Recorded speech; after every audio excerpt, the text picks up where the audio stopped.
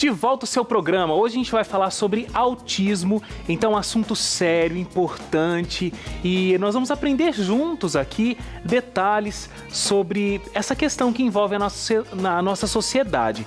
Inclusive, essa é a nossa enquete de hoje. Você acha que a nossa sociedade está preparada? Não, né? Então, quais seriam as soluções? Quais seriam as dicas que você daria aí para que a nossa sociedade estivesse melhor preparada para lidar com o autismo? Mas antes aqui do nosso tema, eu quero mostrar para você essa revista, olha, que a gente tá dando de presente para você. O pessoal aqui do seu programa tá te dando de presente a revista Princípios. Aqui você vai encontrar vários assuntos sobre saúde, assuntos teológicos, por exemplo. Morremos, e aí, o que acontece? O que acontece com a nossa alma? O que acontece com o nosso corpo? Tem essa dica aqui, tem dica de saúde, inclusive. Como é que a gente pode como é que a gente pode fazer para viver até os 100 anos? Todas as dicas aqui na revista Princípios. Como é que você faz para adquirir? Você já está acostumado a outros programas oferecerem, né? Aqui da Novo Tempo. Você vai entrar no nosso blog, novotempo.com/seu programa, e lá você vai fazer o pedido dessa revista Princípios. Não tem custo nenhum, é completamente gratuito, grátis para você, tá bom? Então acesse o nosso blog e peça a revista Princípios. Agora, eu quero conversar aqui com a Samira Toledo. Tudo bem, Samira? Não tá muito bom hoje, tá chovendo, né, Wagner? Samira, você não gosta de chuva? Não gosto muito de chuva. Esse é o perfil do pessoal que a gente vai falar hoje, né? Esse é o perfil, Wagner. Se tá chovendo, tá triste. Se tá sol, tá triste. Não importa o que você faça, a pessoa sempre tem um mau humorzinho latente, né, Samira? É uma insatisfação, né? É. Na verdade, a insatisfação, ela pode acontecer, né? Pode realmente ter um fato, pode acontecer uma insatisfação com o chefe, com a empresa. Agora, a gente só tem que conversar sobre essa insatisfação. Ela é eventual ou ela é permanente, né? Se ela for permanente, existem aí alguns cuidados que a pessoa deve ter, porque ninguém quer conviver com uma pessoa insatisfeita o tempo todo. Então, vamos dividir a nossa conversa assim, ó. Porque toda vez que a gente fala alguma coisa, a gente sempre olha o outro, né? Verdade. Vamos começar no contraponto aqui. Vamos começar assim. Como é que eu posso saber se eu sou essa pessoa? Quais são os sintomas que eu teria? É muito difícil a gente conseguir ter uma autocrítica, né? Na verdade, não é tão difícil. Se você parar para analisar, geralmente a gente costuma... Todo mundo tem uma insatisfação no trabalho. Eu gosto muito da frase do Max Gehring, que ele diz, a insatisfação no trabalho todo mundo tem, né? Na verdade, pode ser bom ou ruim. Você tem que observar se essa insatisfação, se você vem reclamando muito para as pessoas, se a pessoa chega e diz, olha, você viu que legal, a empresa mudou esse processo, mas também estava na hora. Você viu fulano, contratou ali, bacana, mas também tinha que contratar. Então, de repente, observar se você não vem reclamando de tudo, né? Porque existem coisas que a gente costuma reclamar, que é comum mesmo. Agora, se a gente reclama de tudo, você tem percebido que as pessoas estão se distanciando de você, né? Porque os colegas, geralmente, no início, eles têm energia para conviver com quem reclama o tempo todo. Só que com o tempo vai ficando assim um fardo, né? A pessoa negativa, tudo ela reclama, tudo ela acha ruim, então as pessoas vão se distanciando e a pessoa percebe, poxa, eu chego no grupo, eu espalha, sabe? Quando você chega no grupo, eu espalha. Então você tem que observar se você não está aí fora dos grupos, se as pessoas te procuram, por exemplo, para pedir um conselho, né? Então, eu acho que é essa autocrítica que a gente tem que fazer todo dia. É que às vezes os reclamões se juntam também, né? Também aí acontece. Fica aquela roda do reclamão. Acontece geralmente quando é para falar da empresa ou da chefia. Ou também falar mal de um colega, né? Às vezes se juntam para falar. Mas o mais comum mesmo é você encontrar pessoas que criticam tudo, né? Criticam, porque eu não estou no cargo que eu queria, não gosto do meu chefe, não gosto da empresa. Só que você sabe, Wagner, que a insatisfação, ela tem dois lados, como o colesterol que eu citei, ela tem o bom e o ruim. Porque se ela é bem canalizada, ela te leva a novas aprendizagens. Você está insatisfeito com o seu chefe, você vai buscar alternativas de crescimento para estudar ou para estar insatisfeito com a empresa, para mudar de empresa.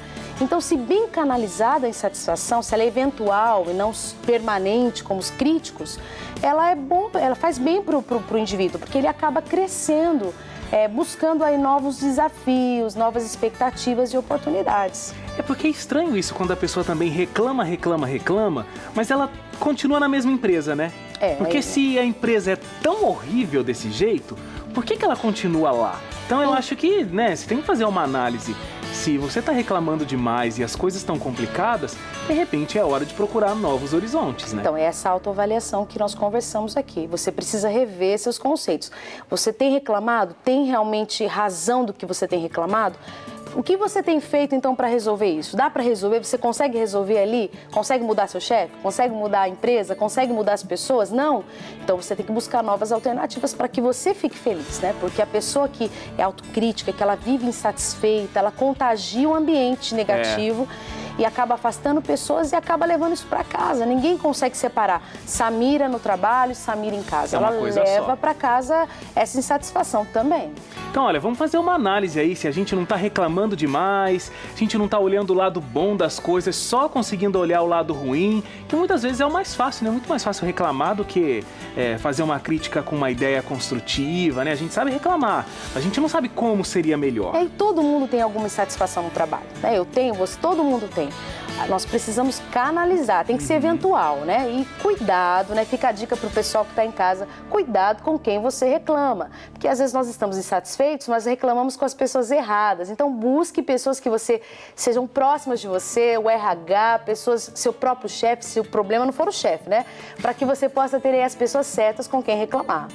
Ô Samira, e como é que a gente lida, colegas de trabalho? Você falou que é aquele que a roda espalha. Exatamente. É o melhor a fazer mesmo?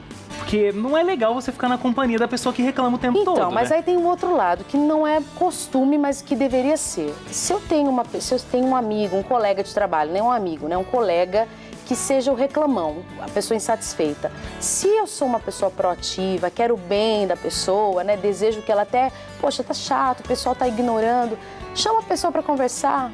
Né? Nem todo mundo está aberto para ouvir, mas pelo menos você fez sua parte. Olha, não tá legal o seu comportamento, você não percebe, o pessoal tá achando chato, você só reclama, né? Você só fala mal, sabe? O que é? O que está acontecendo? Posso te ajudar? Mas essa não é uma iniciativa comum nossa. A gente prefere juntar com o grupo e dizer, vamos deixar ele de lado, né? Então, o interessante para ajudar o outro é fazer o feedback. Olha, não tá legal o seu comportamento, cara, você reclama de tudo, né? Pois é, gente. Olha, então vamos ficar atentos se a gente é reclamão, se a gente não é. Como ajudar o nosso colega aí, como a Samira deu a dica. Então esse é o nosso espaço de segunda-feira para que a gente melhore as nossas relações de trabalho e possa ter uma carreira com um futuro promissor, viu? A gente na semana que vem vai falar sobre o que mesmo, Samira? Proatividade. Proatividade, uma palavra que a Samira sempre usa aqui. Ela vai explicar direitinho pra gente na semana que vem. E nas próximas aí, a gente vai começar a responder suas dúvidas, porque estão chegando várias. E pode continuar mandando. facebook.com/seuprograma e também o nosso Twitter, o @seuprograma. Samira responde as suas dúvidas aí sobre carreira e profissão. Até semana que vem, Wagner. Até, Samira. E agora vamos ficar felizes que tá chovendo. Oh, maravilha, já tô feliz, sem reclamação. Obrigado. Até mais. Até mais. Olha, você ligado aqui no seu programa, a gente está falando hoje sobre autismo. É comemorado no dia 2 de abril o Dia Mundial da Conscientização do Autismo. Recentemente, a ONU declarou que, segundo especialistas, acredita-se que a doença atinja cerca de 70 milhões de pessoas em todo o mundo. 70 milhões de pessoas em todo o mundo, afetando a maneira como esses indivíduos se comunicam e como eles interagem. Então, estou recebendo aqui agora a doutora Márcia Gonçalves, que é psiquiatra infantil. Tudo bem, doutora? Seja bem-vinda. Por favor, fique à vontade. Doutora Márcia, a gente está tratando sobre esse assunto hoje, que eu acho que a mídia, inclusive, difunde muito pouco, né? Queria começar pedindo para a senhora explicar para a gente o que é o autismo. O autismo é uma doença, por exemplo? Inicialmente, muito obrigada pelo convite, agradeço a todos. O autismo é uma doença, né? E tem uma base genética e uma base ambiental. Ah, ambiental? Também, interfere também. Inclusive, assim, metais pesados, pessoas que usam drogas ou que são expostas demais durante a gravidez podem ter crianças que venham a ter algum tipo de transtorno autístico, enfim. Então, é uma patologia que desde pequenininho a criança já começa a dar sinais. Mas ninguém pode se tornar um autista, ela já nasce autista. Ela nasce autista Principalmente porque hoje em dia existe a teoria da genética. Agora, existem quadros que são quadros muito próximos do autismo, que a criança pode vir a adquirir mais tarde, mas é por patologias outras, quer dizer, seria um retardo mental ou algum outro tipo de patologia, que a criança vem a ter um comportamento autístico, que seria um comportamento ensimesmado, mas não é a doença, a patologia ou transtorno autístico. Quando você diz um comportamento ensimesmado, quer dizer, a pessoa vive aquele universo dela e ela não tem uma relação muito comum como as outras crianças ou como os outros seres. Ela tem uma relação mais interiorada, né? Ela com ela mesma, é isso? Na realidade, o transtorno autista, ele pega a criança em duas importantes relações com o mundo. A primeira é a socialização e a outra é a comunicação. Basicamente, essas duas vão ter problemas desde pequenininho. Existem trabalhos nos Estados Unidos hoje que eles conseguem já, assim, crianças com meses, eles já conseguem detectar sinais, né, desse distúrbio, porque a criança não olha no olho da mãe, tem uma dificuldade de interagir com o meio. Então, já desde de bebezinho, né, quando se tem bons olhos para ver e o profissional conhece, ele já começa a perceber. Né? E a partir daí, essa criança começa a se desenvolver de uma maneira, vamos dizer assim, aquém, né, daquilo que teoricamente ela deveria se desenvolver para o tamanho dela.